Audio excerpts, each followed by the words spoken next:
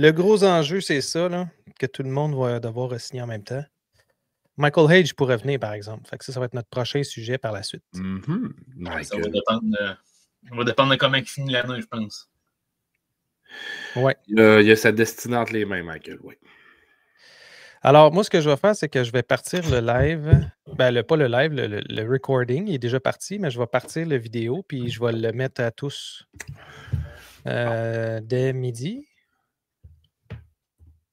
On est midi, fait que dès le plus vite possible, là, aux membres. Donc, ça. En intégrale. Mais on fait 2 shows pareil.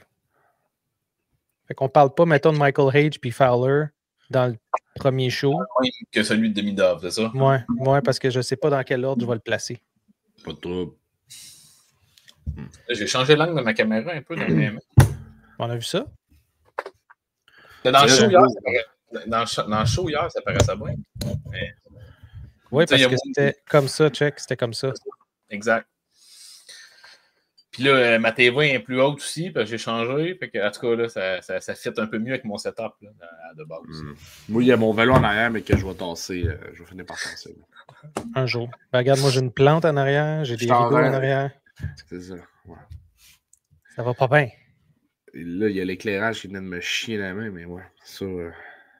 Ced, tu m'as tout envoyé ce qu'il faut pour avoir la réussite. Fait que c'est en train de me prendre en main. Let's go. Let's go. Alors, je pars la vidéo. Je vais me mettre sur mute quand j'ai un cri de bébé là, qui... Un pic. Ouais. Les jeunes loups. All right, OK. Alors, aujourd'hui, on parle Ivan Demidov. Let's go. My mind is playing games with things I can't believe. Fake news coming off my screen. Gold dust over everything. Flip through and I see your face. Cover up with pixelates. But you're so lovely in reality. Hey, bonjour, messieurs. PO, Julien, comment allez-vous? Super bien, en pleine forme. Content d'être avec vous, comme toujours. Ça a été plus difficile dans le temps des fêtes, mais bon, nous revoilà, enfin. Ouais, de retour pour un premier épisode en 2025. Ben oui, puis et non pas le moindre, hein, les gars. On parle d'un... Écoute, je pense que j'ai juste besoin de dire Demidov, puis tout le monde capote à Montréal. On n'a même pas besoin de rajouter d'autres choses. C'est, surtout quand on regarde les statistiques en ce moment, là, c'est assez incroyable ce qu'il est capable de faire. Vraiment. Maintenant, est-ce que c'est juste ça, les statistiques? Ben, c'est un peu ça, de ça que je veux parler avec vous, messieurs, parce que les statistiques ne font pas foi de tout. Non, effectivement. Ça n'est qu'une partie du gâteau qui est Ivan Demidov. Oui, parce que là, on le compare là, déjà à des grosses têtes. Écoute, il y a quelqu'un, un ancien joueur du Canadien, qui l'aurait comparé à Ovechkin. Il y a des gars, c'est un peu intense, là. Il y en a évidemment qui le comparent à Kaprizov, qui est un petit peu plus son style, je crois. Puis évidemment Kucherov. Donc, 3 gros noms russes. C'est pas à piquer des verres, là. Il manque juste Panarin, puis let's go, on est en business. Mais Julien t'en a parlé récemment avec Frank sur son show de la visite que les dirigeants ont faite du Canadien ont rendu à Demidov. Puis c'était quoi, les 2 matchs, si je ne me trompe pas, qu'ils sont allés voir. Oui. Puis c'est à partir du 2e match que là, il a commencé à être mis sur la première ligne. Puis tout de suite, on a vu les étincelles. Qu'est-ce que tu penses de ça, toi, le fait que finalement, on le met sur le premier trio? Ben écoute, ça fait du bien, c'est rafraîchissant. C'est sûr que, écoute, ce qu'on a compris de la visite et des commentaires de Kent Hughes, c'est qu'ils avaient un peu la même compréhension des talents, des forces et faiblesses là, de Demidov que l'entraîneur du SKA, que l'organisation du SKA. Donc, est-ce que c'est un peu la mission de Demidov au début de saison de travailler sur certains de ces aspects-là, dans le fond, au niveau du temps de jeu? Écoute, on n'est pas dans le secret, on est dans le secret des dieux, en fait, on ne l'a pas, le secret. C'est juste Kent Hughes qui est dedans, en fait, là, on est un peu pris avec ça, nous, en tant qu'observateurs et fans. Ouais. Donc, écoute, forcé d'admettre que clairement, il y a eu des connexions entre les deux, les hommes de hockey là-bas. Là. Tout le monde s'est compris. Il y a une belle coïncidence, mais il y a une belle coïncidence que Kuznetsov s'est blessé aussi. Donc, ça fait en sorte que tu as un joueur de talent en moins. Tu as probablement plus besoin du talent de Demidov en avantage numérique aussi. Donc, c'est toutes des petites choses là, qui font en sorte que ça poussait, dans le fond, vers quelque chose de favorable et plus de temps de jeu. Fait que, en tout cas, bien content de voir la progression là, pour ouvrir dans les dernières semaines. C'est impressionnant de le voir aller. Tu m'ouvres la porte en parlant de Kuznetsov. Kuznetsov, c'est un centre, hein, messieurs. Techniquement, Demidov, c'est un ailier, mais j'ai entendu un certain Mathias Brunet parler de mettre Demidov au centre. C'est une bonne idée, ça, PO? Et là là! Et la question qui tue en commençant, Cédric, c'est-tu une bonne... Veux-tu que je te dise? En fait, vous dire, je pense que ça va dépendre du repêchage. Ah, j'aime pas ça. C'est plate à dire, mais on a un dieu de beaux diamants entre les mains avec Demidov. Mais nécessairement, la prise de décision chez le Canadien va dépendre de ce qu'on décide de repêcher ou ce qu'on décide de signer lors du prochain été. Parce que nécessairement, moi, je pense que ça va être une superstar à l'aile. Est-ce qu'il va être bon au centre? Ça va être une superstar à l'aile. Donc, rendu là, pourquoi s'en servir? Pourquoi pas essayer de trouver le fameux joueur de centre numéro 1 qu'on cherche à Montréal? Donc, tu sais, c'est ma propre opinion, mais c'est clair que de pouvoir venir aider au centre, ça fait de lui un couteau suisse de haute qualité. On va dire ça comme ça. Oui, je suis bien d'accord. Puis, tu sais, dans le repêchage, justement, tu t'en parles. 2 petites secondes, je vais revenir.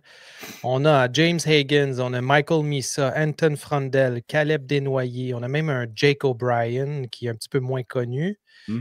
Qui évolue dans la OHL. Donc, on a comme un top 5, disons, assez intéressant qui se trouve à aller quand même loin. Là. Ça va jusqu'au 10, 12, 15 là, environ au niveau des rangs, là, potentiellement, que ces joueurs-là pourraient sortir. Oui. J'ai même l'impression qu'un certain Frondel pourrait glisser un peu comme le fait, disons, Dvorsky, disons, qui a descendu au niveau du... Oui.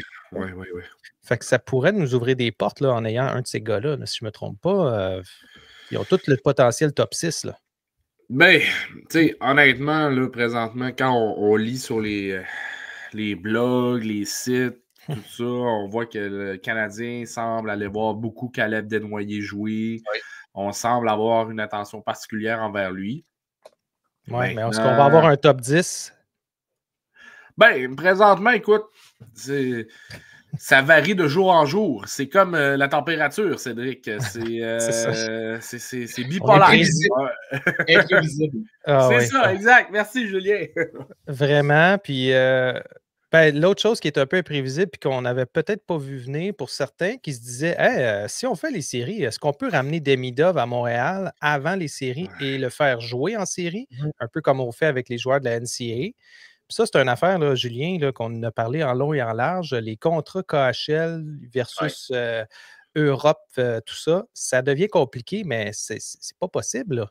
C'est pas possible. On apprend récemment, même si je ne me trompe pas, c'est hier, que la KHL avait changé ses contrats, la durée des contrats pour s'étendre jusqu'au 31 mai suite au changement d'horaire, si on veut, là, parce que maintenant, la KHL, ça termine plus tard la saison. Fait que ça fait en sorte que Demidov ne peut pas venir là, à Montréal. Là. C'est impossible.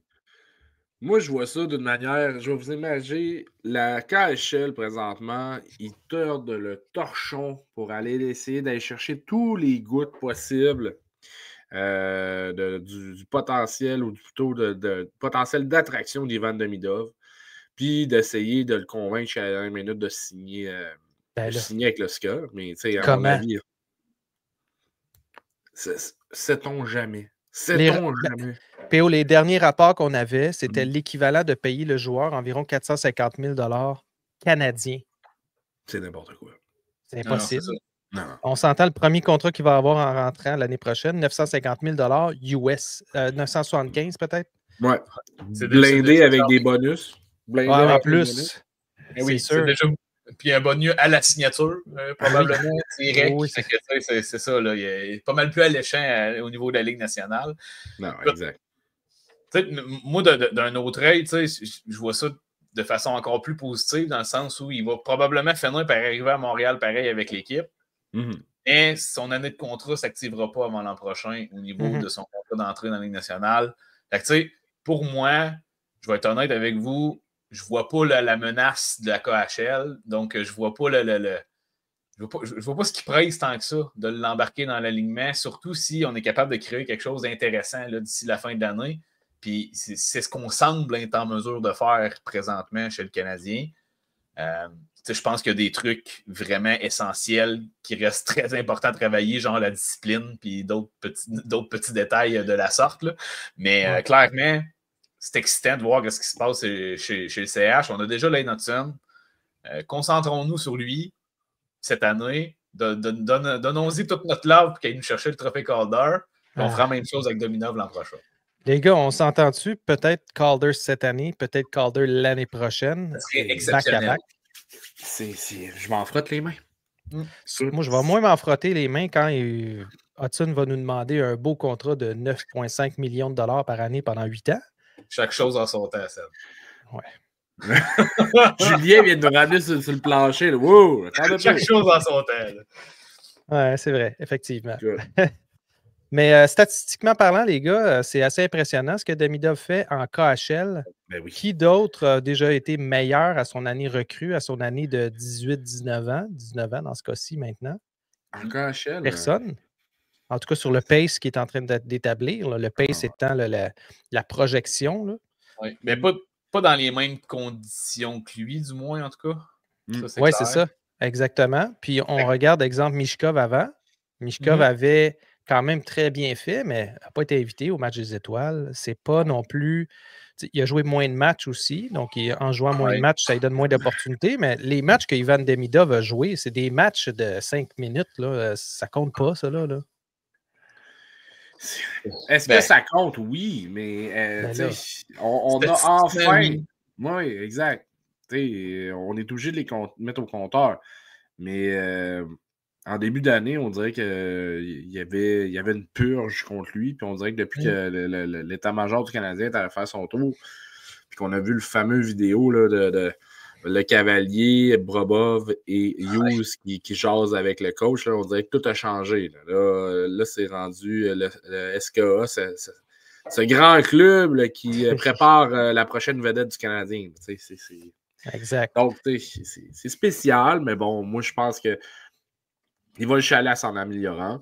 Il y a des blessures au sein de cette équipe-là, le SKA présentement. Demidov est présentement 4e meilleur marqueur du club. Devant lui, il y a un certain Evgeny Kuznetsov qui est blessé. C'est possible de le rattraper, ils sont seulement à 2 points de différence.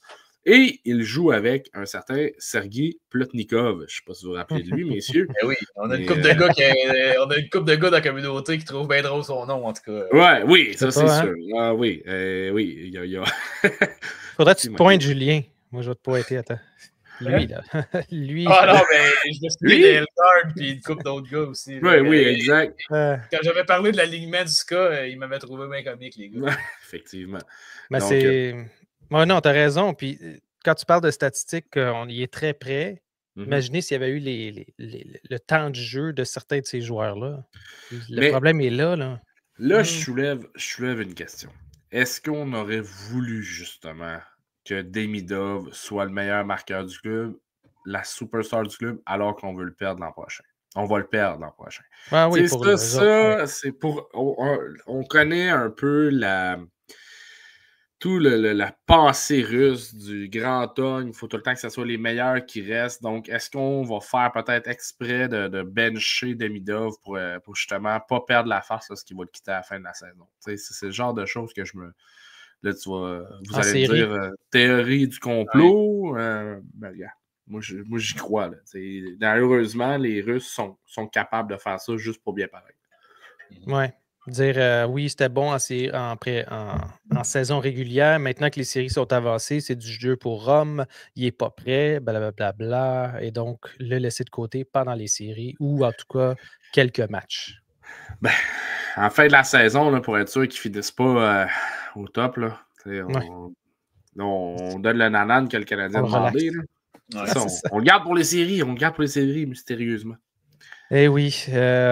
Mais quand même, quand tu regardes les comparatifs récents dans l'histoire de la KHL, la seule chose que j'aime un petit peu moins, c'est que la KHL, malgré ce qu'on en pense, c'est pas la deuxième meilleure ligue au monde. En tout cas, je ne crois pas. C'est une ligue qui commence à s'isoler aussi à travers le monde. Est-ce qu'on vraiment on peut vous regarder les chiffres qui sont là et dire wow, OK, on s'entend l'année prochaine, minimum 60 points pour Demidov, ou est-ce qu'on voit encore du travail de ce jeune homme-là, puis il va devoir, disons, commencer sa troisième ligne avec le Canadien pour gagner les échelons? Ben, je me dis que s'il est capable de compétitionner à un niveau où ce qui chauffe les fesses de Kuznetsov, qui était un excellent joueur dans les nationales, est-ce qu'il va être au niveau NHL ready d'être lui à plus potentiel? Non. Ça, c'est sûr que non. Sauf que je vois une chose, c'est que ce jeune garçon-là semble une éponge, puis plus tu y en donnes, plus il en prend, plus il va vouloir dominer. Maintenant, son passage dans la KHL, pour cette année, on va faire avec, mais dès l'an prochain, espérons-le, ou on va parler vraiment au conditionnel, lorsqu'il sera avec le CH, ben, on montrera les attentes, puis on attendra lui. Est-ce qu'il va avoir la même saison l'an prochain avec le CH? Non. Quand on va avoir on va payer des équipes qui sont plus à maturité, ça va être un peu plus difficile. Mais par contre, est-ce qu'il risque de connaître une belle saison? Ça, c'est certain. Moi, je m'attends à une belle saison de sa part. Puis il faut faire attention, là, une belle saison, c'est pas 82 points. Là. Ben non, bien, au final, ce qu'on veut avoir, c'est une adaptation. On veut qu'il soit capable de s'adapter rapidement au jeu. Puis on veut idéalement qu'il trouve une synergie avec un ou deux gars rapidement chez le Canadien. Qu'on voit que ça clique avec un ou deux joueurs rapidement. Puis c'est ça qu'on veut voir. Là. Si on arrive à voir ça, puis si on voit la connexion de Midov, Lane Hudson aussi en powerplay, je pense que, écoute, toutes nos espérances vont être. Ça va juste. Le futur va devenir tellement beau, puis ils vont savoir à travailler ensemble. Puis écoute, il faut faire confiance au développement. Je pense que ça va arriver. Oui. Et moi, ma grosse question, c'est on le met avec qui pour pas que ce soit lui le driver, donc que ce soit lui qui doit aider ses coéquipiers sur son trio. Dans le sens que, tu sais, souvent on dit un bon joueur, un excellent joueur ou une superstar, comme vous voulez, doit être le meilleur de son trio et doit élever le jeu de ses compatriotes, donc ses ailiers ou son centre. Est-ce qu'on doit mettre la pression sur Demidov tout de suite de dire hey, tu dois être le meilleur de ton trio ou est-ce qu'on le met sur un trio, exemple, avec Laine, Dak? Est-ce que c'est mieux de l'entourer de joueurs qui sont plus d'expérience puis techniquement, il n'y a pas la pression de faire ça ou est-ce qu'on le met, exemple, sur un troisième trio avec Newhook puis monsieur, je ne sais pas qui, là, Jake Evans, disons? Moi, j'aurais tendance à dire que tu as une partie de la réponse. Dak avec Demidov, j'ai vraiment de la misère. Mais Dak avec Laine, je commence à apprécier ça. Maintenant, de savoir si tu es un allié ou un centre qu'on va le greffer aux deux, je ne peux pas te répondre maintenant. Mais je pense que justement, d'avoir un sniper comme Laine qui va enlever la pression à Demidov de marquer, mais plutôt de créer le jeu, de feeder. Puis Laine, ben nécessairement, ça commence à être un vieux routier là, dans les nationales. Il y a une coupe de game derrière la cravate. Il est capable de. Puis c'est l'addition aussi de ce qui va se passer dans la chambre, dans l'écosystème du Canadien de Montréal. Quel genre de vétéran on va avoir l'an prochain? T'sais, moi, je crois fermement que malheureusement, on va avoir encore des Anderson, des Gallagher. Malheureusement, parce que je ne pense pas qu'ils amènent un gros niveau de jeu, mais heureusement parce que c'est des bons vétérans. Mais ça va prendre aussi des jeunes vétérans qui vont être capables d'entourer Demidov et de bien travailler. Et est-ce qu'on va amener un compatriote russe avec lui? Présentement, il n'y en a pas beaucoup chez le Canadien de Montréal. Ça va prendre peut-être un échange ou une signature cet été pour aller chercher quelqu'un qui va être capable de faire en sorte que Demidov se sente à l'aise et chez lui à Montréal. Oui. Oui, effectivement. On a quand même, on a quand même des gars d'Europe, là, pas nécessairement russes. Là, ceux qui s'en viennent, bon, les Volokin et autres ne sont pas là, on s'entend. Puis eux vont commencer dans la Ligue américaine. Fait que ça, c'est la problématique. Là. Mais honnêtement, moi, ça me gosse un petit peu là, le fait qu'on soit faible au centre en termes de haut talent. Là, parce qu'on s'entend, on a beaucoup de gars pour le 3e trio puis le 4e trio. C'est pas de problème. On est loadé de ça. Ouais. Exact. Fait que c'est pour ça que je me dis peut-être qu'il débuterait plus bas dans les échelons, un peu comme Suzuki l'a fait à sa première année. Là. Il n'a pas commencé sur le premier trio sous Nick Suzuki. Oui. Là. Non, en effet. Mais en même temps, je pense que le gros de la problématique qu'on a en ce moment, c'est justement un peu l'idée de le voir évoluer soit avec Dak ou avec Jake Evans. Là, je vais faire exprès d'utiliser ce mot-là, mais l'échec pour le moment qu'est Kirby Dak comme qualité de 2e centre, c'est ce qui fait mal, dans le fond, où on voit graviter Demidov l'an prochain. T'sais. Mais en même temps, la priorité pour Demidov l'an prochain, ça va être de cumuler des grosses minutes en avantage numérique, je pense, en compagnie de l'aîné Suzuki puis Caulfield avec Hudson. Je pense que ça devrait être ça, la vague, là, logiquement. Dès le départ? Ouais, je pense que tu n'as pas le choix, Ced. Là. C'est qui? C'est Kirby Dak qui est là en ce moment. Ouais. Et qui ravite avec Slav. Je veux dire, je les aime bien les deux. Non, en fait, Kirby Dak, je l'aime plus bien tant que ça, mais bon. Slav, je l'adore beaucoup encore. J'ai plein d'espoir en lui. Mais je pense qu'on est déjà tous certains et confiants que Demidov va avoir quand même un petit peu plus d'upside offensif là, que Slav en a déjà. Donc, je ne verrais pas pourquoi on ne prendrait pas le taureau par les cornes puis on ne donnerait pas tout de suite le premier avantage numérique. Là. Regarde, tu as deux exceptionnels. Tu as deux styles de jeu exceptionnels en Demidov et Lane Hudson. Je vais faire attention à mes mots. Non, tu as raison. Mais pourquoi pas les mettre ensemble tout de suite, là, tu sais?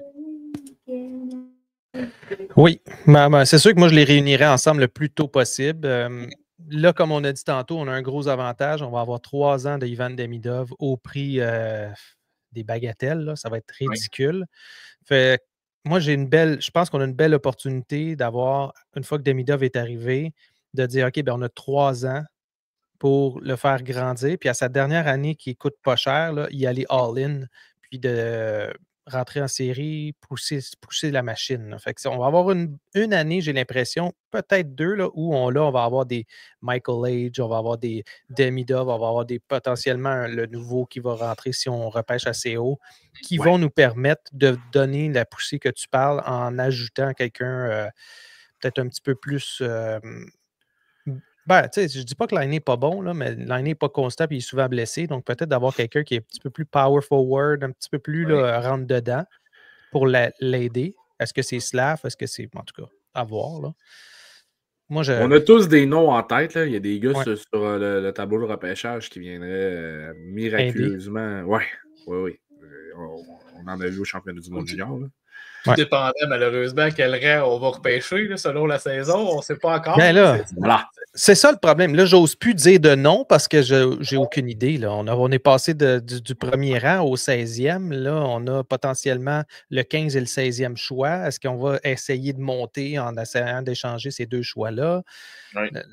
Le nombre d'options qui viennent de s'ouvrir est énorme. Puis, moi, tant que je ne vois pas une série de défaites, je ne peux pas garantir qu'on ne sera pas en série. Hein. Si on est en série, on peut aller chercher encore plus, perdre encore plus des choix de repêchage. Puis là, ça devient vraiment inintéressant. Mm-hmm. À moins qu'on ait Est-ce que vous avez un gars en tête, loin au repêchage, qui pourrait être intéressant? Un gars comme, je ne sais pas moi, Guité ou un autre Québécois? Ou... Guité, malheureusement, il ne connaît pas la saison à la hauteur. Il va glisser au repêchage présentement. Ouais. Caleb Desnoyers, pour moi, pourrait être un bon Québécois à viser. Mais bon, que va-t-il se passer? Ça, c'est d'autres choses. Donc, on parle de synergie aussi. Là. Synergie avec Demidov, tu as raison. Caleb Desnoyers, ça serait incroyable. Donc, pour moi, Caleb Desnoyers, et pour l'avoir vu, pour l'avoir trouvé très tannant, vitesse au plancher. Lui, dans les prochaines années, il va être très intéressant à suivre. Puis je pense que c'est un manque, justement, de ne pas avoir eu la chance de le voir dès cette année avec l'équipe Canada Junior. Là. Les gens auraient pu apprécier le talent que Desnoyers a. Un trio complètement Catafort, Gauthier et Desnoyers, là, vous auriez compris le style de jeu que Desnoyers aurait. Oui, effectivement, c'est une bonne analogie, j'aime ça. Alors, on prédit quoi? Est-ce qu'on prédit le 60 points pour Ivan Demidov cette année en KHL ou est-ce que, parce que selon les projections, on parle de 50 points en 67 matchs, mais là, à la vitesse où il va en ce moment, il pourrait atteindre le 60 points. Donc, presque un point par match en KHL pour une recrue. Je me rappelle Moi, je vais pas. couper la boire en deux. Par rapport 55. à ce que ouais, exact. Par rapport à ce qui se passe puis comment que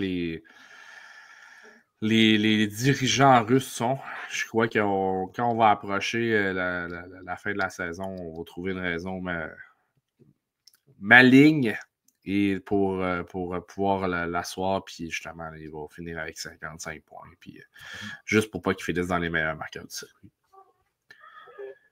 Il l'est déjà. Donc, ça va être un peu difficile de l'enlever, non? Tu sais, ça fait un peu bizarre de dire, regarde, tu as un gars qui est, mettons, top 10, qui arrive vers la fin de la saison, il est top 10 au niveau des marqueurs de la Ligue, puis on l'empêche de jouer. C'est... Les Russes ne sont pas fous non plus. Là. Oui, ils sont attachés à leurs joueurs, sont attachés à leur culture, si on veut, on pourrait dire, mais de hockey, je parle. Mais ça reste que ils vont le voir là, que ça n'a pas de bon sens. Là. Ah oui, ben oui, j'espère du moins. Là. Mais tu sais, la problématique et l'inquiétude que je partage avec PO un petit peu, c'est qu'il y a tellement d'inconsistance dans le fond. Ça. C'est tellement inconstant ce qu'on voit au niveau de la KHL année après année que c'est ça. Écoute, on est toujours surpris là, de voir ce qui se passe là-bas. Ouais. J'espère que, écoute, là, avec les développements et avec sa façon de jouer au cours des dernières semaines, qui vont le laisser se déployer là, justement d'ici la fin de l'année. Mais, ça serait très bien, moi, mettons. Ouais. On n'a aucun contrôle et pouvoir là-dessus, malheureusement. Non, effectivement. Mais en tout cas, on peut juste se réjouir des résultats en ce moment. Moi, je suis vraiment impressionné. Si on y va juste au classement, là, présentement, le SKA est 5e dans la conférence de l'Ouest. Je ne sais pas comment marche leur système de série là-bas, là, mais probablement que si justement le club veut participer aux séries, ça va prendre un push. Ça va prendre quelque chose. Fait que, c'est clair qu'ils vont tout essayer de faire les séries, ça. Mais une fois les séries assurées, je démords pas de dire malheureusement les Russes puis leur manie de vouloir contrôler le message, tout ça. Là, j'ai vraiment hâte de voir la fin de la saison pour Demidov là-bas. Vraiment. Moi aussi. Puis je pense qu'on va pouvoir se tenir au courant, on va pouvoir vous donner des nouvelles à la gang par rapport à tout ça.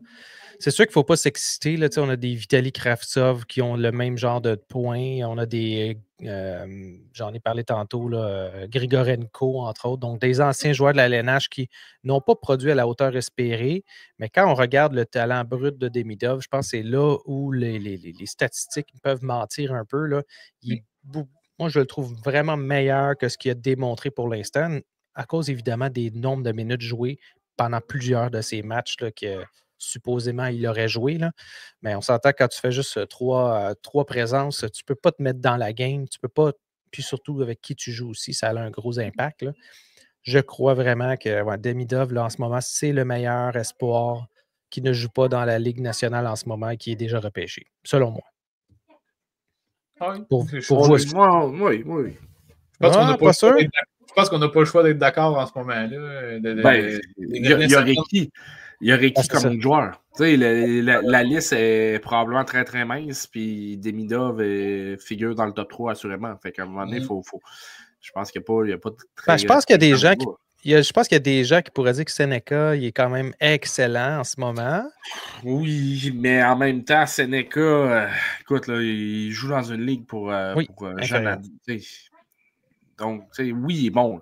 Je n'y enlève pas ça. Mais présentement, Non. Yves Bouillum, il a connu un excellent tournoi avec les États-Unis, mais encore là, il joue universitaire. C'est pas... C'est pas pareil. C'est pas pareil. Là. Tu parles d'un gars qui joue en KHL avec des gars... Probablement la moitié de son club a joué des matchs à la Ligue nationale, puis il les domine. C'est d'autres choses. Oh, mais voilà. C'est à peu près, c'est aussi les comparatifs là, que tu peux faire dans les mêmes ligues. Là, Seneke, il y a des gars qui ont fait semblable avant lui dans cette ligue-là. Bouillum, il y a des gars qui ont fait semblable ou meilleur à lui dans cette ligue-là aussi. Mais en ce moment, Demidov en KHL, très peu ont fait ce qui est comparable à ce qu'il fait en ce moment. T'sais. Puis ceux qui l'ont fait, c'est des exceptionnels, toute la gang. Fait que, c'est ça qui est un petit peu excitant, en fait. Oui, tout à fait. Fait que là-dessus, on va se laisser, messieurs. On se revoit dans un prochain épisode. On va parler de quoi? On va parler de... Ben, ça va dépendre, en fait. Là. Il y a beaucoup d'espoir à parler, mais il y a aussi le Rocket qui va super bien. Fait qu'il y a plusieurs sujets dans les prochaines semaines. Restez avec nous, puis si vous aimez ça, hein, les pouces. Merci, la gang. Ciao. Salut, les gars. Salut.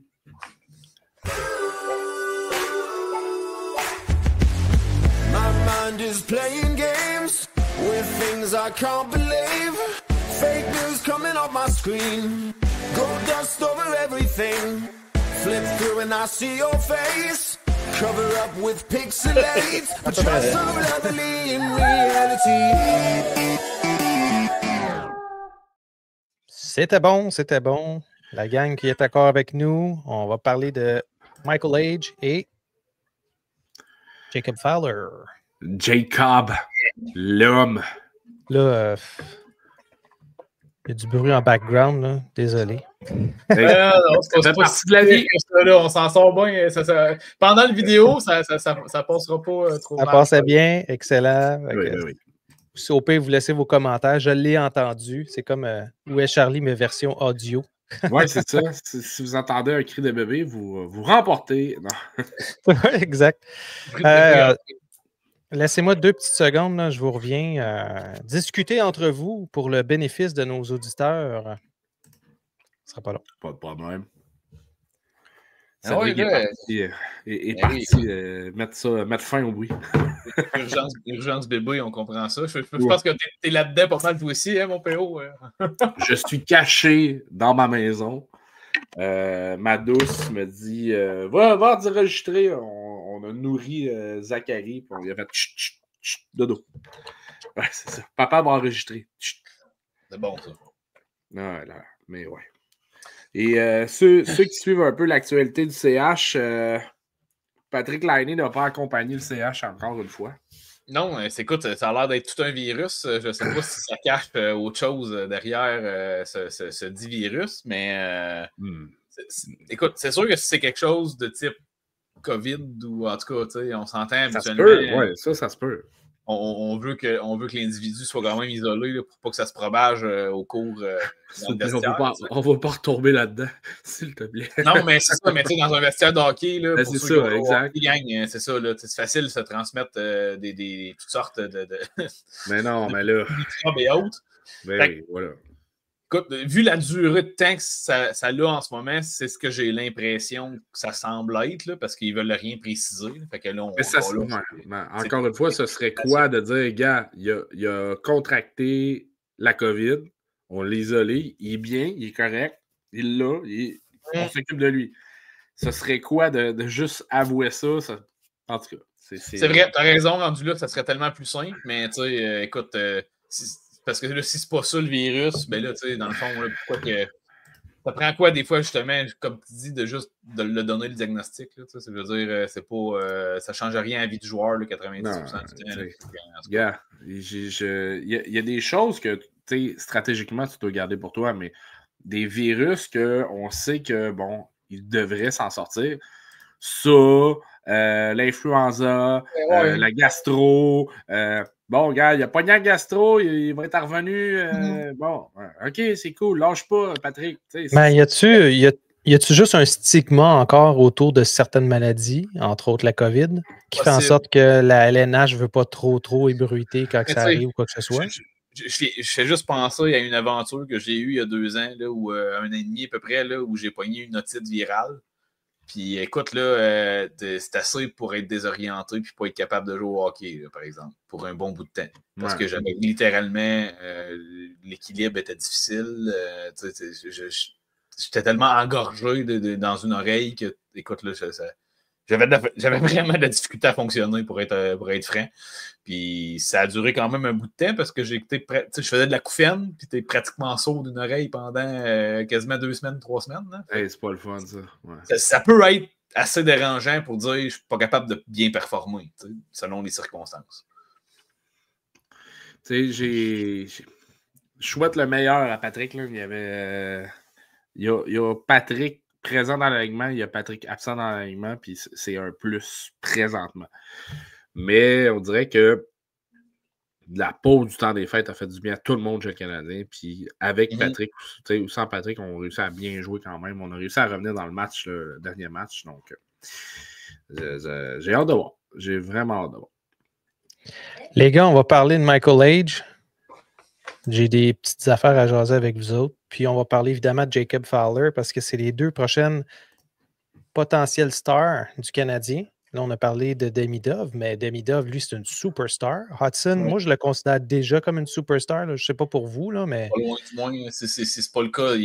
En tout cas, ben là, je sais pas ce qu'il va nous falloir. Est-ce que Brock Faber, c'est une potentielle superstar? Est-ce que c'en est une? Non. Brock Faber, non. C'en est pas un encore, du moins. Fait que donc, on pourrait encore se donner des réserves à ce moment-là pour Lane Hudson. Est-ce qu'un Sider, c'est une star ou c'est une superstar? Sider est une star en devenir. Superstar, Sider n'est pas une superstar. Même si Hudson gagne le Calder, ce n'est pas encore une superstar. Non. Ben, ce qui porte à croire... Non, mais ce qui porte à croire que Hudson est plus près d'être une superstar, pour moi, c'est ses attitudes offensives exceptionnelles. Parce que là, tous les gars que tu m'as nommés là sont loin d'être proches de lui au niveau offensif. Ouais. Exact. Mais ils ont d'autres qualités qui font en sorte que ça va être des défenseurs tellement solides et stables qui vont faire plus. J'aime pas ça dire ça de même, là, mais qui vont faire des choses totalement différentes que les personnes vont arriver à faire, en fait. Oui, non, tu sais, c'est. Puis, tu regardes des types de défenseurs comme ça, des superstars, j'en connais pas beaucoup. Genre, tu sais, c'est des Hedman, c'est des Hedman, c'est des Dallin, c'est des. Makar. Ben, gars, je veux dire, Makar, c'est pas le même style que les Sider, puis tu comprends? Pour moi, il y a comme 2 familles de défenseurs un petit peu, tu sais. Des all-around, des purement offensifs, tu sais, puis on est plus dans la catégorie Quinn Hughes, Makar, Hudson. C'est ça. Carlson. Même si Makar est très bon défensivement aussi, là, mais c'est pas le même style du tout qu'un Doughty, qu'un Weber était, qu'un Romanosi est présentement, mettons. On est d'accord. C'est ça. Fait que, pour moi, c'est comme un peu 2 familles de défenseurs différentes. Les 2 sont très offensifs et peuvent faire le rôle de corps arrière, mais ils vont pas se compléter. Ils vont pas compléter une équipe de la même façon. J'aurais pas vu chez Weber faire ce que présentement, là, ce que les Hudson fait. Ben non, c'est ça. C'est 2 types de défenseurs très dominants. Ouais. Mais comprends bien que lors du dernier match, moi j'aimais bien le face-à-face entre Quinn Hughes et Lane Hudson. Oui. Ça se compare très bien. C'est ça, exact. Puis, il ne faut pas capoter non plus. Là. Quinn Hughes, il a des très bonnes statistiques dès sa première année. On parle d'1 point par match, là, en moyenne, ou presque. Là. Ouais. Il a joué moins de matchs, là, en tout cas, fait que c'est à voir. Est-ce qu'on peut, à ce moment-là, dire, OK, Demidov, oui, c'est une superstar déjà, ou on peut encore avoir une réserve? Tu sais, ça reste des joueurs qui n'ont pas joué dans la Ligue nationale, là, les gars. Là. C'est ça. Il y a un terme qui dit patient payant. Je pense qu'on va l'appliquer. Là. On va être patient et ça va être payant. Superstar, je suis vraiment pas d'accord pour dire par rapport à notre ami Lane Hudson. Bon, ben super, ça règle le débat. C'était quelque chose que j'avais en tête. Évidemment, on ne sait jamais, là, mais en tout le moins, si on a des stars, on est content parce que c'est ça qui nous manquait à Montréal. Là. On était content avec Caulfield, fait qu'imaginez avec Hudson en ce moment. Là, ça manquait cruellement, moi. On est d'accord. Ouais, let's go. Bon, ben on va parler de ces 2-là qui font, dans le fond, ils font le pluie et le beau temps dans la NCAA en ce moment. C'est fou. Hein? Alors, on y va. Salut tout le monde. Aujourd'hui, Michael Age, Jacob Fowler. Je pense que la NCAA a des très bons espoirs, puis ça tombe bien, ils font partie du Canadien. Let's go.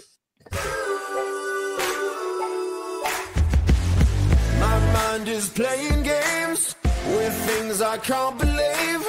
Fake news coming off my screen. Gold dust over everything. Flip through and I see your face. Cover up with pixelates. But you're so lovely in reality.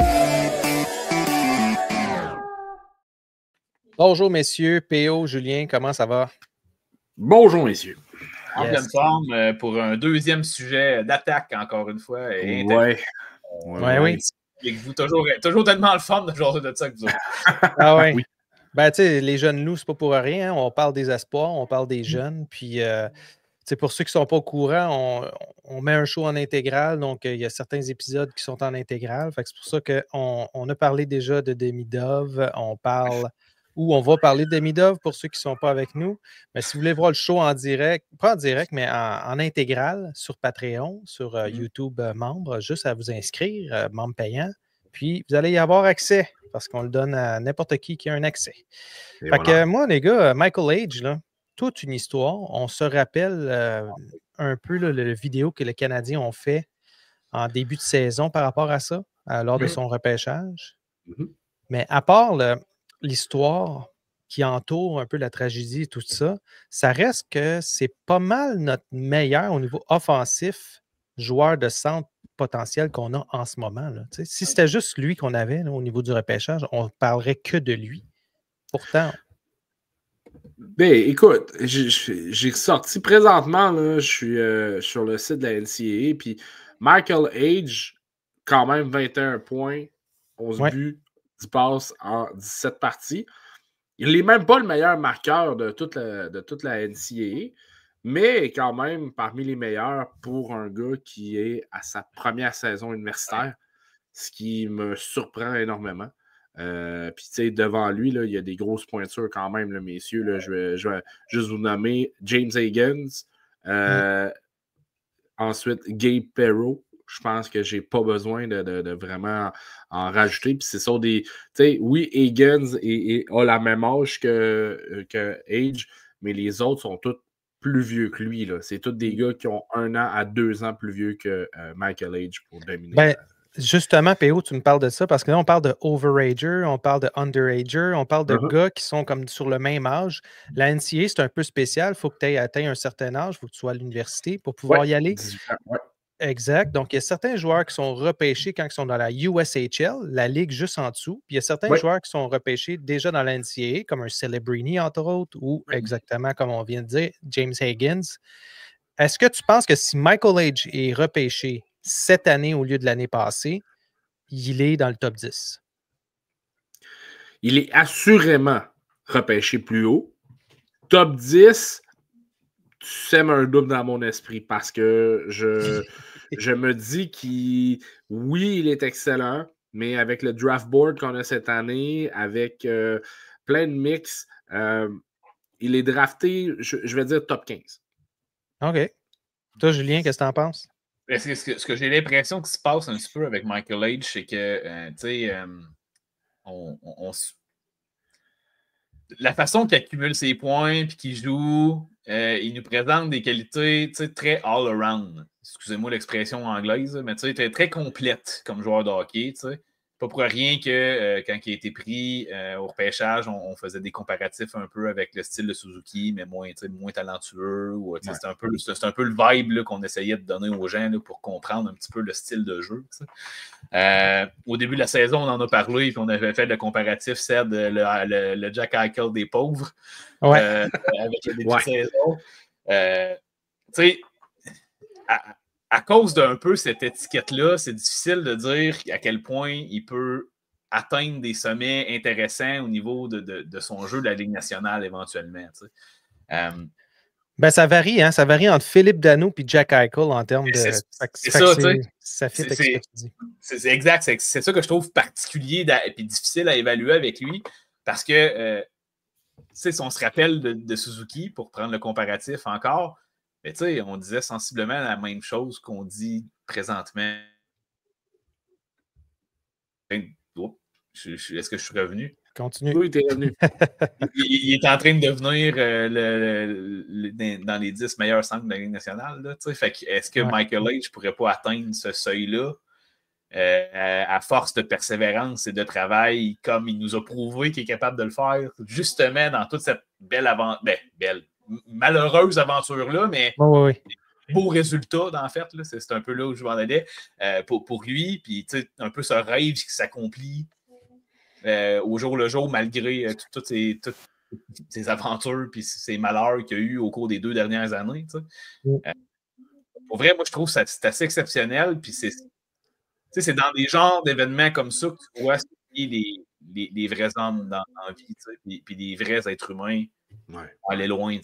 Fait que pour moi, Michael H., c'est vraiment une espèce de carte cachée que le Canadien a encore une fois. Comme Lane Hutson peut-être l'a été, puis j'ai l'impression qu'on va avoir beaucoup. Je ne veux pas y mettre de pression, puis de mettre des attentes trop élevées envers les gens, là, mais mon feeling, là, mon pur feeling en ce moment, c'est qu'on va être que surpris de ce gars-là à l'avant. Oui. C'est bien, c'est très bien. C'est ce qu'on veut, en fait, là, parce que on ne veut pas mettre trop de pression sur ce type de joueur-là. Lui-même le dit dans une entrevue, je pense que c'était à Carpen Bassou, je ne me trompe pas. En tout cas, il parlait un peu de quand est-ce qu'il pensait vouloir venir. Est-ce que c'est le genre de joueur qui viendrait à la fin de l'année pour pouvoir tout de suite aller en série si on se rend en série? Ben lui, il semblait prôner la patience, semblait prôner, non, je veux jouer peut-être une autre année au moins complète, ce qui ferait en sorte que ça retarde un peu son développement LNH, mais ça améliore ses chances de s'améliorer, de prendre du poids, de jouer des matchs de NCAA. C'est intéressant aussi. Là. Ça fait peut-être en sorte qu'au moment où il va arriver dans la Ligue nationale, il va déjà être bon, au lieu qu'on attende après lui 2-3 ans. Oui. C'est ce qu'on voit comme tendance. On voit des gars qui passent de la NCAA à la Ligue nationale, ou presque, là, qui vont jouer peut-être quelques matchs. Exemple, Struble, qui a joué quelques matchs dans la Ligue américaine, ou évidemment Lane Hutson, encore mieux, qui, eux, passent directement de la NCAA à la Ligue nationale. S'il reste une année de plus dans la NCAA, au lieu d'aller dans la Ligue américaine, comme qu'on a parlé, PO, dans un autre épisode, ça fait de la compétition à la AHL, comme on dit. Puis c'est intéressant pour eux parce que c'est pas 80 quelques matchs qu'ils jouent, là, c'est une 50aine de matchs maximum, avec environ, les séries, tout ça. Fait que ça leur permet de se développer physiquement aussi, là, ce qu'on reprochait un peu à Michael H. à son et psychologiquement, si tu permets, Ced aussi. Oui, gros point. D'être à l'université, puis d'avoir à coordonner ton mode de vie, tes études, puis la majorité des gars qui font ces programmes-là, ils réussissent leur cours aussi. C'est pas des gars qui échouent en permanence. Ils n'ont pas le choix de réussir. C'est ça, exact. C'était ça mon point, en fait, Théo. Tu as bien résumé, ils n'ont juste pas le choix de réussir. Fait que ça fait en sorte que ces gars-là, inévitablement, sont encore là, j'en ai parlé avec Frank là, au show de mercredi soir là, pour dater les gens, si jamais vous êtes curieux. Mais ça fait en sorte que ce qu'on recherche, c'est des gars qui aiment étudier la game chez le Canadien aussi. Avec les nouvelles technologies qu'on a, le vidéo qu'on fait, puis d'aller du côté des universités pour recruter ces joueurs-là, on s'assure souvent que ils vont avoir les capacités de l'étudier, la game, au moins. Oui. Là-dessus, il y a une différence. Puis c'est présentement, là, c'est un peu la guerre ou la guerre silencieuse qu'il y a, c'est le développement des joueurs. C'est rendu tellement un atout. On est rendu dans le micro-détail. On est rendu qu'on contrôle ce que les joueurs mangent, dépendamment de comment leur système fonctionne. Age, présentement, moi, je ressens que c'est un gars très mature de par les événements qu'il a vécu. C'est un jeune homme qui ne va pas prendre de décisions précipitées. Mais pour son développement, j'espère que le Canadien va prendre les bonnes décisions au bon moment et pas vouloir précipiter pour l'avoir tout de suite à Montréal. Les gars, on a vu Trevor Connolly au tournoi junior, puis moi, je vois du Trevor Connolly dans Michael H, dans sa vitesse d'exécution. C'est un gars qui est extrêmement rapide. Un gars comme ça, jumelé à un Newhook, jumelé à un Anderson même, peut faire des flamèches, là. Ça peut être un trio extrêmement énergique avec beaucoup d'emphase sur la rapidité d'exécution.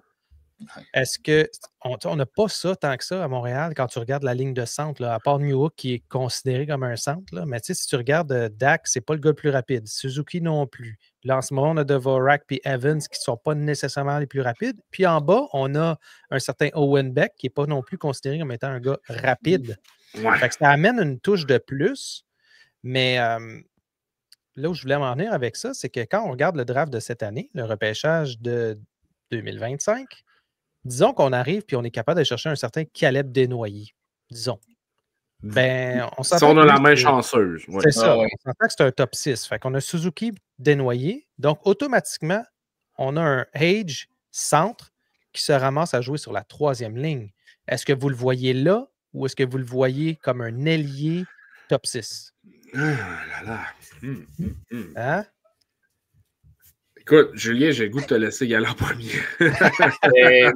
Moi, je l'ai dit, je pense que ce gars-là va nous surprendre. Puis honnêtement, j'ai l'impression vraiment qu'on va se ramasser avec 2 centres exceptionnels dans les 2 sens de patinoire sur les 2 premières lignes, tout simplement, au final, là, avec un gars Page.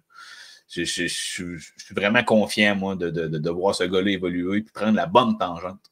Puis si ce gars-là prend la bonne tangente, ben écoute, sky is the limit un peu, je pense, pour lui. Là. Je serais vraiment... Je pense qu'il y a beaucoup d'upside. Puis c'est des upsides, comme je vous dis, c'est un feeling que j'ai. C'est même pas... c'est même pas basé sur juste ce que je vois au jeu aussi ou ça, là, parce que si je me basais juste là-dessus, il y a des gars bien plus exceptionnels que lui. Là, sauf que c'est ça, ce côté personnalité, c'est ça. J'ai l'impression que des fois, on passe en dessous. Puis les 2 gars qu'on veut parler aujourd'hui, c'est exactement un peu le même principe. Là, je pense que l'organisation est tombée en amour avec leur personne. Oui. Donc, on pourrait voir le Canadien ne pas repêcher un centre en se disant, écoutez, on est correct au centre, on a des Owen Becks à 4, on a Michael Edge qui s'en vient, on a Newhook qui peut remplacer de temps en temps, on a Dak et on a Suzuki. Ce qui est le fun avec Suzuki, là, quand il a commencé, les gars, c'est qu'il y avait de la place. On avait un Dano, puis après ça, c'était so-so, là. Fait qu'il y avait de la place pour un Suzuki. Mais là, Michael Edge, va-tu en avoir de la place pour lui, rendu quand ça va être son tour? On va en créer de la place pour lui. Là. Ça, je suis même pas stressé. Là. il y a un travail qui va se faire. Là. Surtout s'il prend le temps de maturer, parce que là, les gars, clairement, oui, on a des gars au centre, mais je veux dire, il y a des gars qui sont tassés. Tout le monde est tassable. Là, je veux dire, tout le monde est tassable jusqu'à temps qu'il tombe dans la bonne chaise. Parce que même si on regarde Jake Evans, si c'est à 4e à 5 contre 5, puis qu'il prend toutes les minutes en désavantage, il va bien vivre avec ça, je pense, au salaire qu'on va lui donner si on le garde avec nous. Je pense que oui. Honnêtement, je peux pas croire. Là. À un moment donné, tu sélectionnes des gars, tu veux qu'ils se développent, puis quand va venir le moment de le présenter à Montréal, on sera pas capable de faire de la place? Non, c'est ça. Maintenant, je serais très découragé de la part de l'organisation. Imaginez à moyen terme, là, on finit dans 4 ans, là, puis notre ligne de centre, là, parce que supposons qu'on signe 4 ans Evans. Mais imaginez que notre ligne de centre, parce que les gars se développent bien puis arrivent au bon moment à bonne place, on finit par avoir Suzuki, Age, Beck puis Evans. Écoute, je pense qu'il y a bien des équipes qui ne voudront pas jouer contre nous autres. Là. Non, effectivement. Effectivement. Très bien garni au centre, effectivement. Moi, j'aime ça. C'est le fun de voir son développement, c'est le fun, mais j'espère qu'on ne va pas le niaiser. J'espère qu'on ne va pas faire comme on a fait un peu à Pacioretty en début de carrière, c'est-à-dire de le monter puis de le descendre. Choisissez un camp, puis je pense qu'on est... Écoute, avec toutes les chances qu'on donne à Kirby Dak, s'il vous plaît. Je peux pas croire qu'on ne fera pas ça avec des espoirs qu'on a repêchés pour vrai. Qu'on laisse la chance aux coureurs, comme on dit. Hein? Je comprendrais absolument plus rien pour vrai, gars. Non, c'est ça. Un autre gars qu'on n'a pas pu voir dans le tournoi, malheureusement, parce que les deux n'ont pas pu, puis pour différentes raisons. Dans ce cas-ci, Jacob Fowler, trop vieux. C'était déjà un overager quand il a été repêché. Il était comme ça à la limite au niveau de l'âge. C'était sa dernière année quand il a joué l'année passée avec Trey Augustine. Et donc, cette année, des meilleures statistiques que Trey Augustine 933 de moyenne d'efficacité en pourcentage. Ouais. Extrêmement bon pour Jacob Fowler.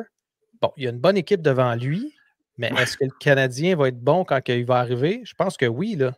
Ben, moi, c'est ce que j'arrête pas de dire. C'est que tout le monde dit ouais, mais là, il y a une équipe de Dieu avec lui. Mais quand il va arriver à Montréal, il va y avoir des joueurs Slav, Demidov, Caulfield, Suzuki, Goulet, Hudson, Redbacker. À un moment donné, ça commence à faire du talent pur par capita. Ouais. Donc, il n'y a pas de danger que ça peut être le genre de gardien qui commence sa carrière avec le Canadien s'il reste, disons, une année supplémentaire en NCAA au lieu d'aller jouer dans. Moi, c'est ça. En fait, ça dépend de quel parcours il va choisir de prendre, puis quel parcours peut-être en négociation avec l'organisation du CH aussi, là, tu sais. Ouais.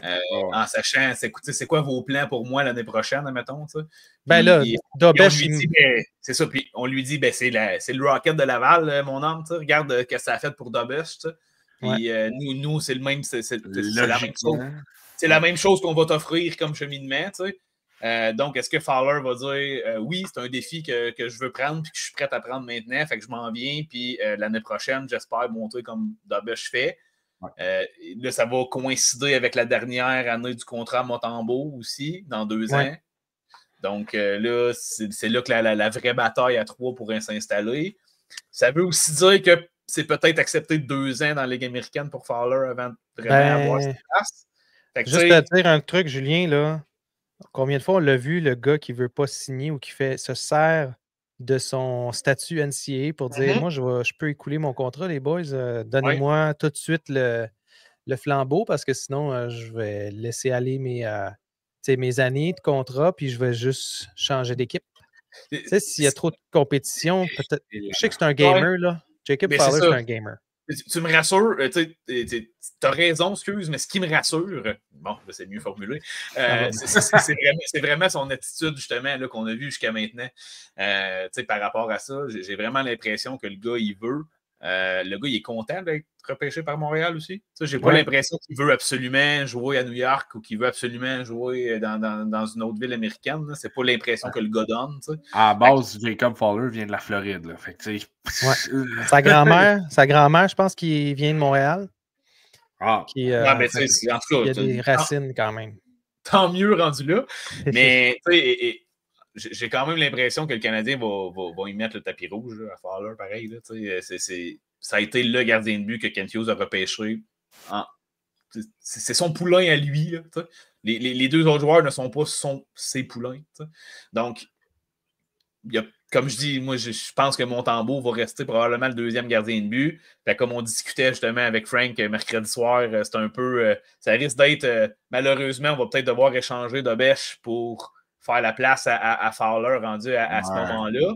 Mais écoutez, gang, je pense que ça va être le moindre mal parce que si jamais il nous manque un fameux défenseur pour venir compléter le top 4 ou le top 5, il nous manque un fameux centre de profondeur parce que finalement Michael Age ou Owen Beck ne donnent pas ce qu'on a besoin, ben, c'est Dobesch qui va pouvoir nous permettre d'aller l'acquérir sans trop de pertes au final. Fait que, moi, j'ai l'impression que c'est juste une bonne chose que ça se produise comme ça. Juste vraiment curieux, comme tu as dit, Serd, est-ce qu'il va faire une année ou 2? Une année, il pourrait en faire 2 de plus encore en NCAA? Techniquement, oui, parce qu'il a joué 2 ans, là, il peut en jouer 2 autres.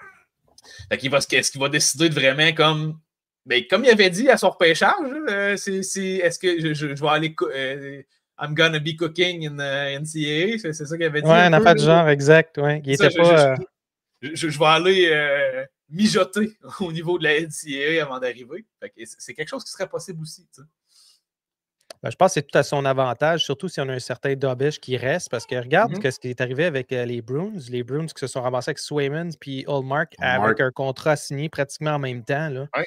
Fait que c'est pas toujours le fun, ça, quand ça arrive. Pour terminer ma réflexion, ça va encore plus loin que ça. S'il finit ses années en NCAA, ça coïncide parfaitement avec la fin du contrat de Montembeault. Ah ben, tabarouette. Fait que, tu sais, Dobesch 1, puis Fowler 2. Tout est dans tout. C'est peut-être déjà quelque chose qui faisait partie du plan de Ken Hughes dans la négociation de contrat pour Montembeault. Selon les performances qu'il va donner sur la durée de son contrat, on va avoir le beau portrait. Est-ce qu'on garde Montembeault comme deuxième gardien avec Fowler pour le faire le développement puis de l'assurer, ou on continue de garder la belle compétition entre Dubas et Fowler? Écoute, ça devient le casse-tête parfait, en fait, là, pour Kent Hughes rendu là. Le beau problème, comme on dit. Exact. Oui, mais moi, ça reste un problème. Le problème qu'on a cette année, les gars, c'est que Dubas était supposé de passer l'année au complet dans la AHL avec le Rocket. Ouais. A été rappelé plus tôt que prévu. Je pense pas que c'est dans les plans de re-signer un certain Primo l'année prochaine, puis de le laisser mijoter dans la Ligue américaine. Non. Fait que, qui va gauler pour le Rocket l'année prochaine? Hughes? 2 ans? Ouais. Hughes puis un autre, là. Mais, ben, tu sais, écoute. Volokin va peut-être s'en venir. C'est ce que j'allais dire. Peut-être que le Canadien a eu la main heureuse et a réussi à avoir des échos de vestiaire de la part de Volokin, qu'il serait intéressé à venir en AHL. Écoute, c'est des informations qui n'ont pas coulé, que personne n'est au courant. Mais c'est fort possible. Là. Il a passé du temps en Russie. Donc, est-ce qu'il y aurait eu la chance d'avoir quelques... C'est ça. Quelques mots avec Volokin. Ouais. Mots cachés. Mots cachés comme ça. Oui.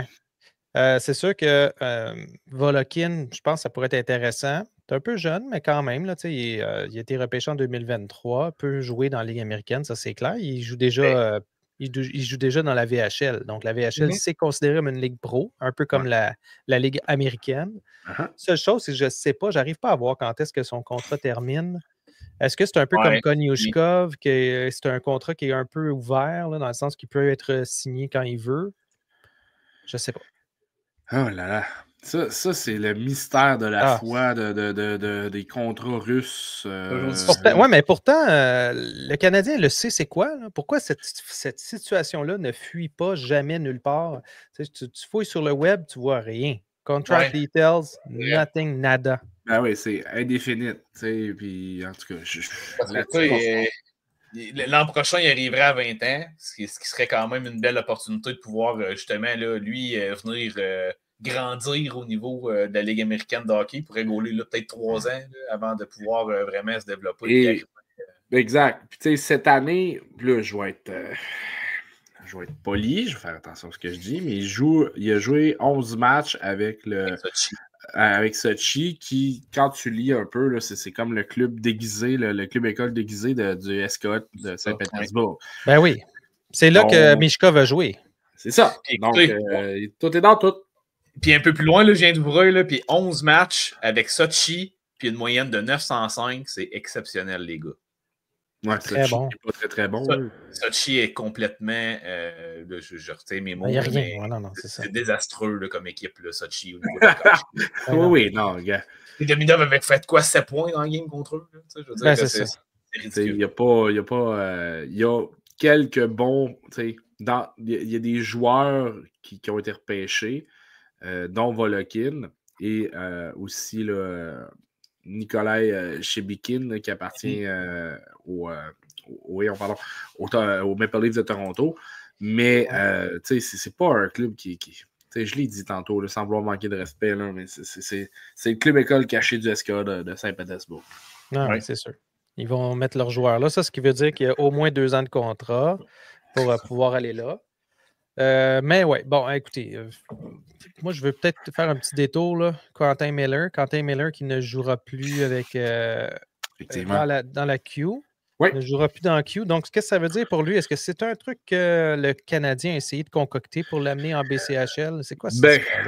Écoute, si je peux tracer un peu, là, si vous étiez du live de lundi pendant le match face au Canadien de Montréal, j'en ai glissé un mot.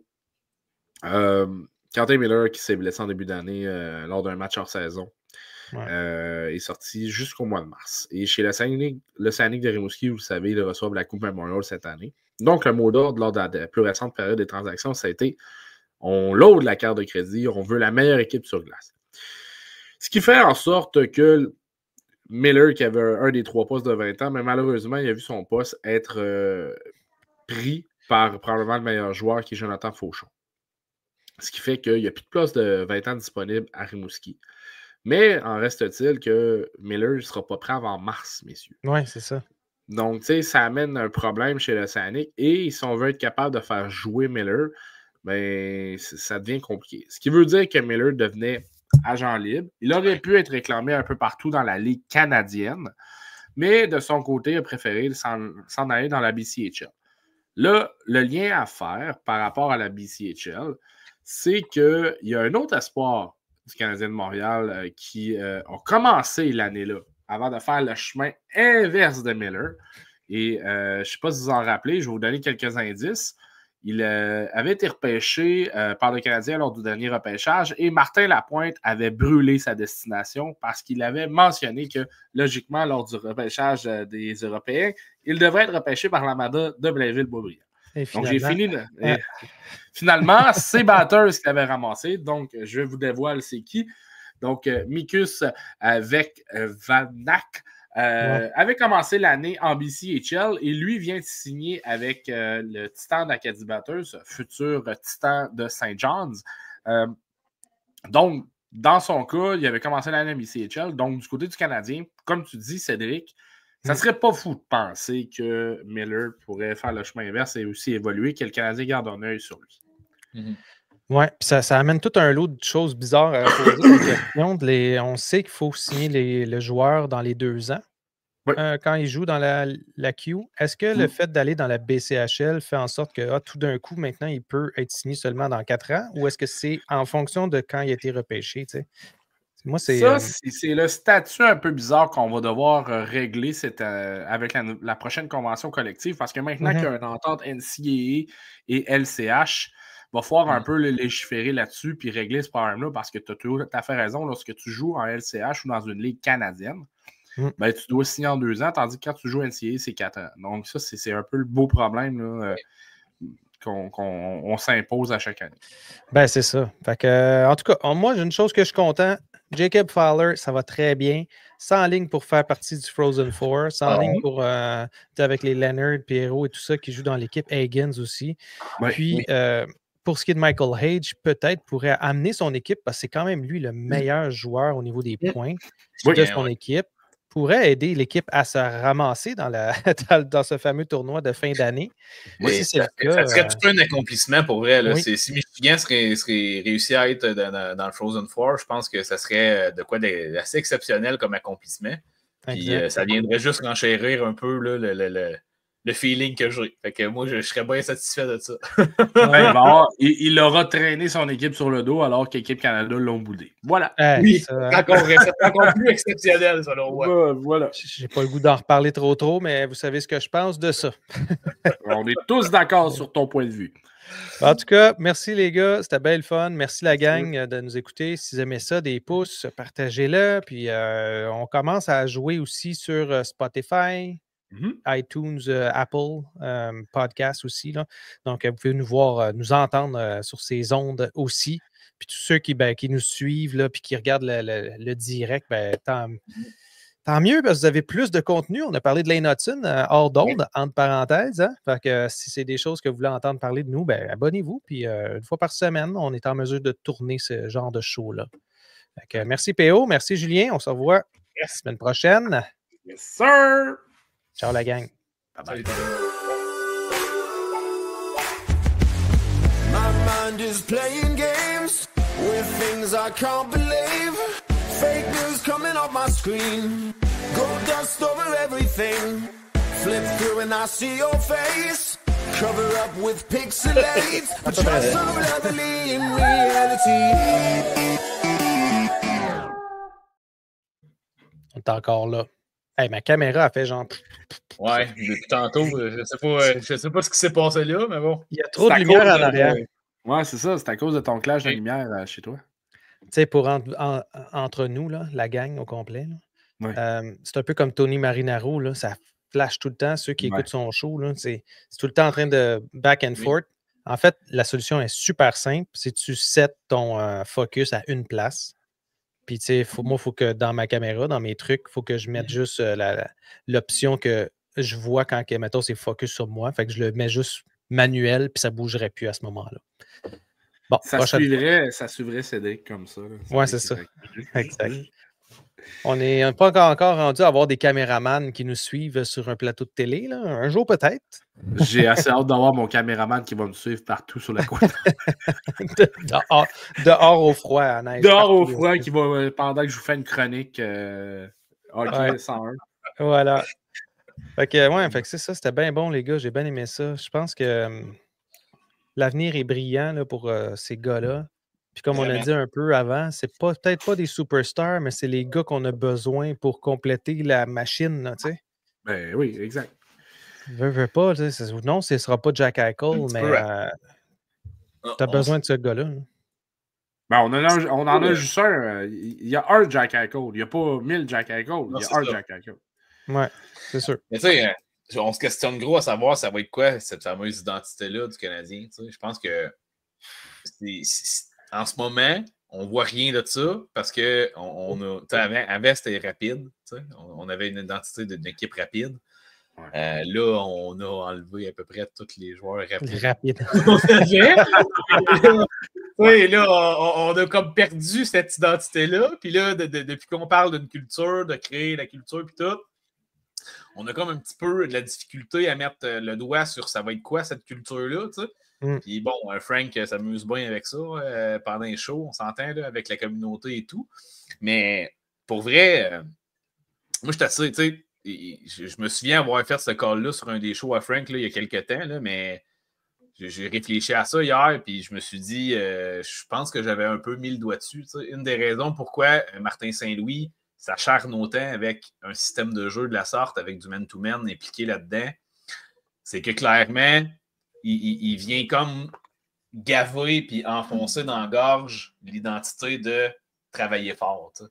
Ouais. Parce qu'un système de man-to-man, si tu ne travailles pas de façon acharnée à chaque shift que tu fais ça à la glace, faut que tu apprennes que des fois, à l'âge que tu as, tu es mieux de faire des chiffres de 35-40 secondes. Faut que tu apprennes et que tu acceptes que des fois, il faut que justement, tu sais, des gars comme Kirby Dack, il faut que tu sois à la planche. Tout le temps. Je veux pas qu'il joue 2 minutes, qu'il fasse un chiffre de 2 minutes puis qu'il se pogne le cul comme il fait tout le temps. Là. C'est pas ça que je veux voir. C'est heureux de le voir se pogner le cul. Là. Toutes les positions, non, mais toutes les 2 minutes qu'il prend, c'est à cause qu'il se pogne le cul. Mais il est bourré de talent. Là. Je veux dire, j'y enlève pas ça, gang. Là. C'est pas ce que je dis. Sauf que je suis tellement heureux de le voir se pogner le cul. Ouais, longtemps, moi aussi. J'espère vraiment. C'est pour ça qu'il a l'air épais des fois avec la glace. Parce que les gars qui ont pu l'air cave, c'est tous des gars qui se donnent. Les Emil Heinemann de ce monde, les Jake Evans, les Gallagher, les Josh Anderson. Ils ont compris. Dvorak, il ne met peut-être pas dedans, là, c'est son seul problème, là, mais au moins tu vois qu'il y a de l'effort quand même. Exact. C'est des gars qui ont accepté de suivre le pace. Puis là, dans nos joueurs d'élite, ben là, les gars commencent à embarquer dans le bateau aussi. Là, Slav, même si ça va pas bien, il en met de l'effort. Là. Ouais. On peut pas dire qu'il n'en met pas. Là. Il y a des games que moins que d'autres, là, par exemple. Il manque de constance encore là-dessus. Sauf que d'apprendre à être constant et de travailler fort, remettez-vous dans votre vie, les gars. Je pense qu'un homme apprend ça à 23, 24, 25 ans, pas avant. Exact. C'est très difficile. C'est très difficile d'apprendre à être constant avant ces âges-là.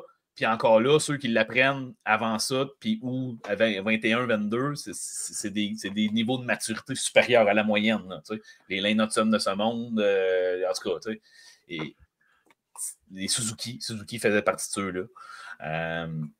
Crosby, en tout cas, bref, il y en a un paquet qu'on peut dire que leur discipline aidait autant que leur talent là, à se forger un chemin dans la Ligue nationale.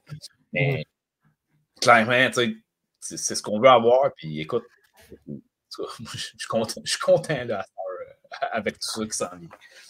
On parle vite, là, juste pour finir le show. Là, on parle de potentiellement Jake Evans avec les Oilers. Écoute, toutes les équipes sont intéressées. Non, mais tu sais, Jake Evans, là, les 32 déjà, ils veulent. Là. Enlevez-vous ça de la tête. Là, les 32 déjà, ils veulent. Ben, un peu comme Lekonen, on pensait, nous autres, c'est parce que c'est ça l'affaire à Montréal, c'est qu'on se tanne de nos joueurs qui sont quand même bons puis qui sont milieu de peloton, tu sais. C'est comme Jake Evans, c'est un milieu de peloton, là, c'est un gars de 3e trio, là, fait que let's go, là. Gardons ça, ce type de joueur-là, mais en même temps, si on ne veut pas le payer parce que là, le monde, ils se disent 4 millions, c'est trop cher. Oui, c'est cher, mais crime, dans 2-3 ans, ça va être combien le minimum, là? Ben, voilà, c'est un peu la question à se poser. C'est comme le salaire minimum. À chaque fois que le salaire minimum augmente, tout le monde veut être payé plus cher. C'est normal. Ah oui. Voilà. Puis, écoute, ce qui arrive à accomplir en désavantage numérique, ça se paye, je pense. Ben, c'est le centre défensif du club. Ah oui. Puis l'autre joueur, selon Pierre Lebrun, David Savard serait sur la liste des Oilers. Ah, ben ouais, OK. Fait que là, hein, Ben, ça, c'est Pierre Lebrun là, pour les deux choses que je viens de vous dire. Là, puis ça vient de tomber, genre, là. Ben, c'est des choix totalement logiques là, pour les Oilers. Ouais. Je veux dire, tu n'as pas besoin de... Si le Canadien est vendeur, les Oilers vont vouloir à tout prix. Mais vendeur, les Canadiens veulent quoi? Des choix encore? Rien de moins que Connor McDavid, oui. Ben oui. Ou Léon. Léon. C'est qui le prochain à signer, là? RNH? Ryan Nugent-Hopkins, peut-être? En tout cas, c'est sûr qu'effectivement, les autres, ils ont perdu 2 gros morceaux là, pendant l'été là, avec les offres hostiles. Fait qu'ils veulent trouver des... mal. Ben oui, puis ça donnerait bien. Ces 2 gars-là viendraient combler les trous qu'ils ont perdus, là, justement, par rapport à ça. C'est vrai. Merci, messieurs. C'était bien le fun. Puis, yes. on va retourner travailler, nous autres, hein, parce qu'on a une deuxième job, hein, une vraie job. Ben, moi, je termine mon congé de paternité cette semaine? Oui. Fait qu'à partir de la semaine prochaine, vous allez me voir habillé chic et dans mon bureau. Dans ton bureau. Plus de petits vélos en arrière, là. Ouais, plus mon outil de remise en forme. Ça va être mon beau mur blanc de bureau que je suis exprès de garder pour pouvoir... c'est parfait, ça. Rien de... Ouais, pas comme moi. De quoi de clean. De quoi de clean. C'est une belle caméra qui va me manquer, mais ça, je travaille là-dessus. Merci, les gars. C'était bien le fun. Ben oui, toujours. Bye. Ciao tout le monde. Salut.